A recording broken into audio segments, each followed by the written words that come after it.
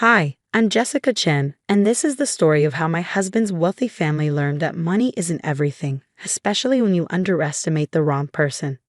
I met Marcus at a small coffee shop where I worked while pursuing my computer engineering degree. He was different from the usual suited executives who barely looked at me while ordering their expensive lattes. Despite coming from one of the city's wealthiest families, Marcus would sit at the counter and actually talk to me about technology, coding, and my dreams of starting my own software company. "You're different," he said one day, watching me debug code on my laptop during my break. "Most people here just see me as the heir to Wong Enterprises. You see me as just Marcus." I smiled, closing my laptop. "That's because money doesn't impress me. Ideas do, dreams do." A romance blossomed naturally, hidden from his family's judgmental eyes. Marcus knew they wouldn't approve. They had a list of suitable heiresses for him to choose from. But love doesn't follow present paths. When Marcus finally told his parents about us, the explosion was nuclear. A coffee shop girl with a community college degree, his mother, Eleanor Wong, practically spat the words during our first dinner together. She sat at the head of their massive dining table, wearing jewelry that probably cost more than my entire education. "Actually, I'm completing my computer engineering degree," I corrected her politely. "And it's a state university, not a community college." "Same difference," she dismissed with a wave of her manicured hand. "Marcus needs someone who understands our world, our social obligations, not some scholarship case." Marcus squeezed my hand under the table. "Mother Jessica is brilliant. She's developing innovative software that could revolutionize." "Enough." Harold Wong, Marcus's father, slammed his hand on the table. "No son of mine will marry beneath his station. End this foolishness now." But Marcus didn't end it. Instead, he proposed the next day, and we had a small private ceremony at City Hall. His parents refused to attend. "You'll regret this," Eleanor warned him. "She'll show her true colors soon enough." Despite his family's disapproval, we were happy. Marcus supported my studies while I finished my degree, and I started developing my software on the side. We lived in a modest apartment, avoiding his family's social circles and focusing on building our life together. Then I got pregnant. The news should have been joyous. Instead, it set off a chain of events that would change everything. "A baby changes things," Eleanor announced, suddenly appearing at our door one day when Marcus was at work. Perhaps we were hasty in our judgment. She invited us to move into the family mansion. Marcus was thrilled, seeing it as a chance to reconcile with his family. I was hesitant, but I wanted our child to know their grandparents. So we moved in. That's when the real nightmare began. Eleanor's acceptance was a carefully crafted trap. She began hosting elaborate parties, parading me in front of their social circle like a circus act. "Isn't it charming?" she'd say. "Our Marcus, so charitable, giving a chance to someone from her background." I endured it all for Marcus's sake, but then I overheard a conversation that chilled me to my core. "The girl is becoming a problem," Eleanor told Harold in his study. "She's actually trying to patent some software she's developed." Imagine the embarrassment if Marcus's wife starts peddling computer programs like a street vendor. "The prenup will protect Marcus's interests," Harold assured her. "And once the baby is born—" "Yes," Eleanor's voice turned cold. "Once we have our grandchild, we can deal with the gold digger appropriately." I rushed back to our room, heart pounding. The next day, I discovered they'd been working behind the scenes. My patent application had been mysteriously delayed. My university records showed an investigation into academic irregularities. They were systematically destroying my credibility. When I confronted Marcus, his response shattered my world. "You're being paranoid, Jessica," he sighed, not looking up from his phone. "Pregnancy hormones are making you irrational. Mother is trying her best to welcome you into our world. Your mother is trying to destroy me," I shouted, showing him the patent interference documents I'd uncovered. "Those are just standard legal procedures," he dismissed. "Maybe if you'd stop trying to prove yourself and just accept your place in this family." "My place?" I whispered, finally seeing him clearly. "You mean beneath you?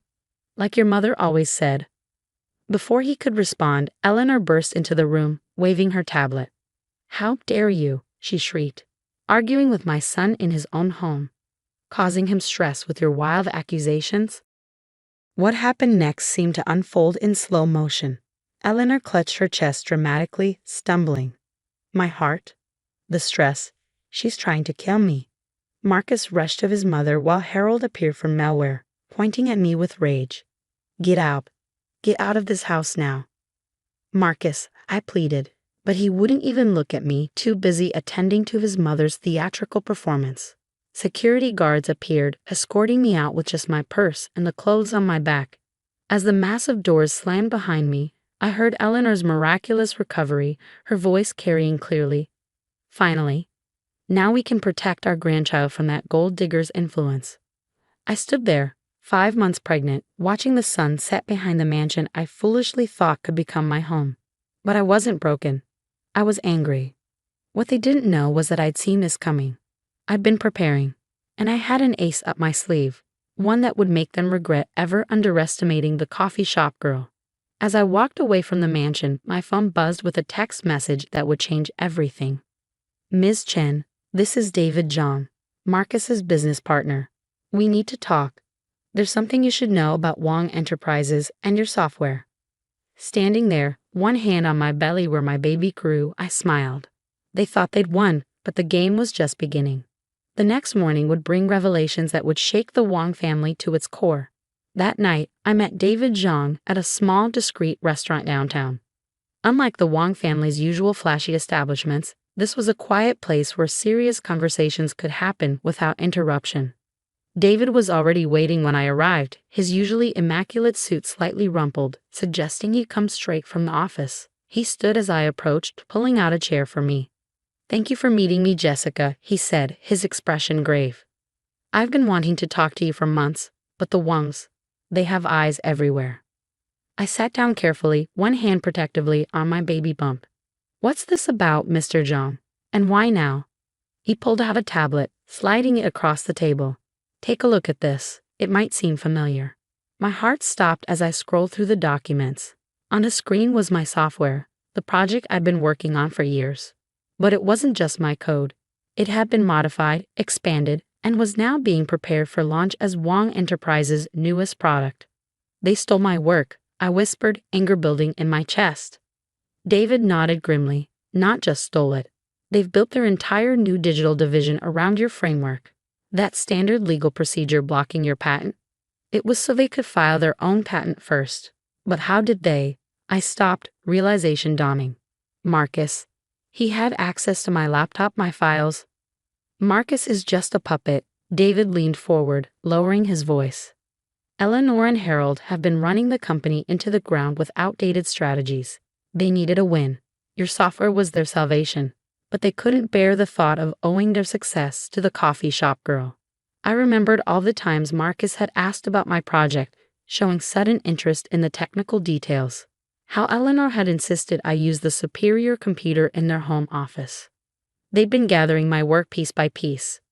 Why are you telling me this? I asked David. You're their business partner. He smiled grimly. Partner? More like their latest target. I built the Asian market division from nothing. Now that it's profitable, they're trying to push me out too. Just like they did to you. He pulled out another document, a contract.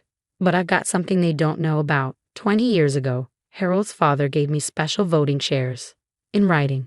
If combined with other shareholders, these shares could force a board review. My mind raced with possibilities. And what do you want from me? Justice, he said simply. Your software is revolutionary, Jessica. But they're implementing it wrong. Their shortcuts will make it vulnerable. When it fails, and it will fail, thousands of businesses will be compromised. I sat back, processing this information. So you want to stop them? I want to help you take back what's yours, he corrected. And in the process, maybe we can save Wong Enterprises from itself. Over the next few hours, David laid out everything. The Wong family's perfect image was a facade. Their fortune was built on taking credit for others' innovations. My software wasn't the first thing they'd stolen, just the most recent. There's more, David said, pulling out one final document. Remember that prenup they made you sign? The one Marcus said was just a formality? I nodded, my throat tight.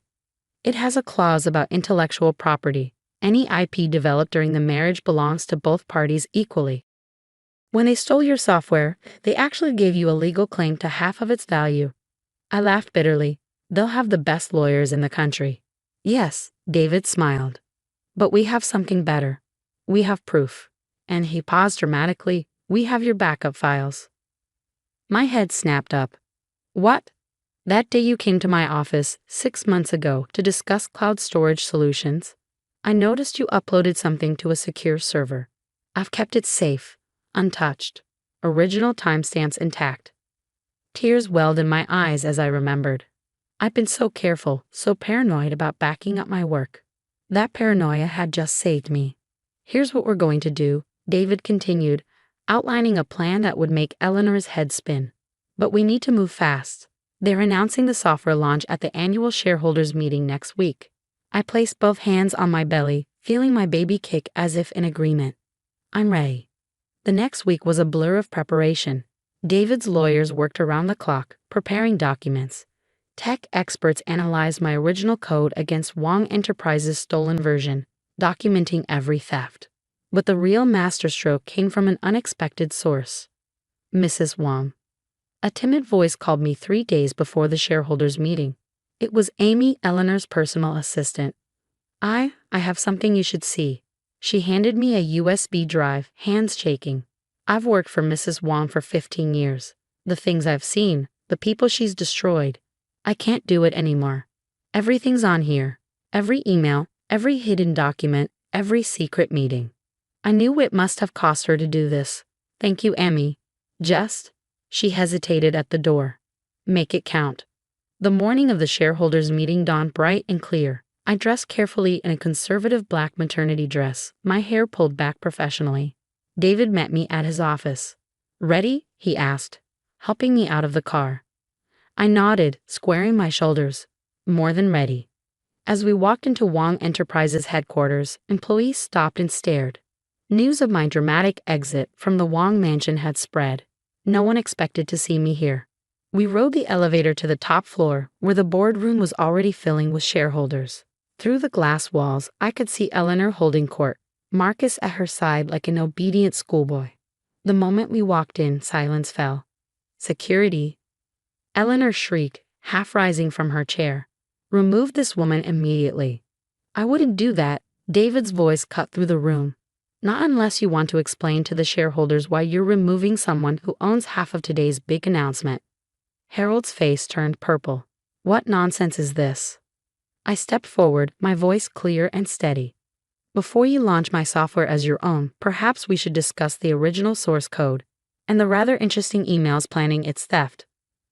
Marcus went pale. Eleanor's perfectly made-up face contorted with rage. But before they could speak, the screens around the room flickered to life.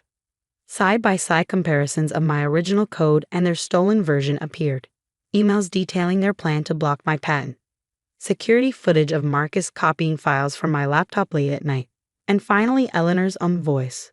Once we have the code, get rid of the girl. Marcus can find a suitable wife later. The software is what matters. The room erupted in chaos. But I wasn't done yet.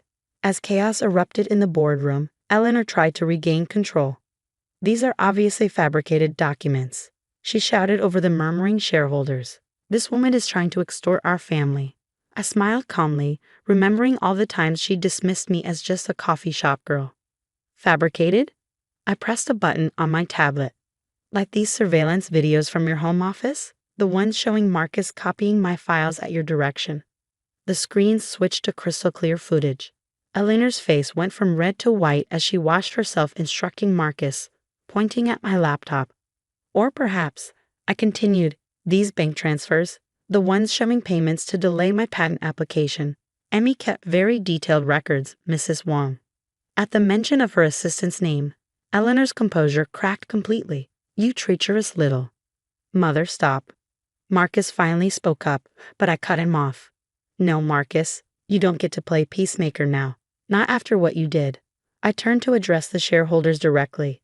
Ladies and gentlemen, you're about to vote on launching a software platform that was stolen from its original creator, me. A platform that, due to rushed and improper implementation, has critical security flaws. David stepped forward, distributing documents to the board members. Our technical team has identified 17 major vulnerabilities in their current version. If launched, it would expose client data to significant risks. One of the older board members, a distinguished woman I recognize as Patricia Chen, no relation, stood up. Mr. Zhang, are you vouching for these claims? I am, David replied firmly, and I'm exercising my special voting rights to call for an immediate leadership review. Harold slammed his fist on the table. You have no such rights. Actually, he does. A new voice spoke from the doorway. Everyone turned to see an elderly man entering. Harold's father, Richard Wong, the company's founder. I had never met him, but David had reached out to him last week, sharing everything we'd uncovered. Richard had been living in semi-retirement, trusting his son to run the company ethically. Our evidence had brought him back. Father, Harold stammered. You don't understand. I understand perfectly, Richard cut him off. I understand that you and Eleanor have betrayed everything this company stands for. Stealing from a pregnant woman? Destroying careers to cover your tracks. He turned to me. Mrs. Wong, on behalf of the company I built, I apologize. Eleanor wasn't finished. She played her last card. Marcus, tell them. Tell them she trapped you with that baby. Tell them. Enough, Marcus shouted, surprising everyone. He walked over to stand beside me. The baby is mine, and Jessica is my wife, and everything she's saying is true. His voice broke. I helped steal her work. I betrayed her trust, because I was too weak to stand up to you, Mother. The room fell silent. Patricia Chen stood again. I moved for an immediate vote on leadership change and project review. Seconded, came multiple voices. What happened next was like watching a decades-old empire crumble in minutes. The vote was unanimous. Harold and Eleanor were removed from their positions pending a full investigation. Richard Wong was reinstated as interim CEO. Mrs. Wong, Richard addressed me. Would you be willing to work with our technical team to properly implement your software? With full credit and compensation, of course. I placed a protective hand on my belly. I have a counter-proposal. Over the next hour, I outlined my vision, a new division within Wong Enterprises focused on ethical innovation and developer support, a place where ideas would be nurtured, not stolen, where credit would be given where due. And I want David Zhang as my co-director, I finished. His integrity helped expose this situation. That's the kind of leadership this company needs. Richard smiled. Done. As the meeting adjourned, Eleanor and Harold were escorted out, their access badges disabled. Marcus approached me hesitantly.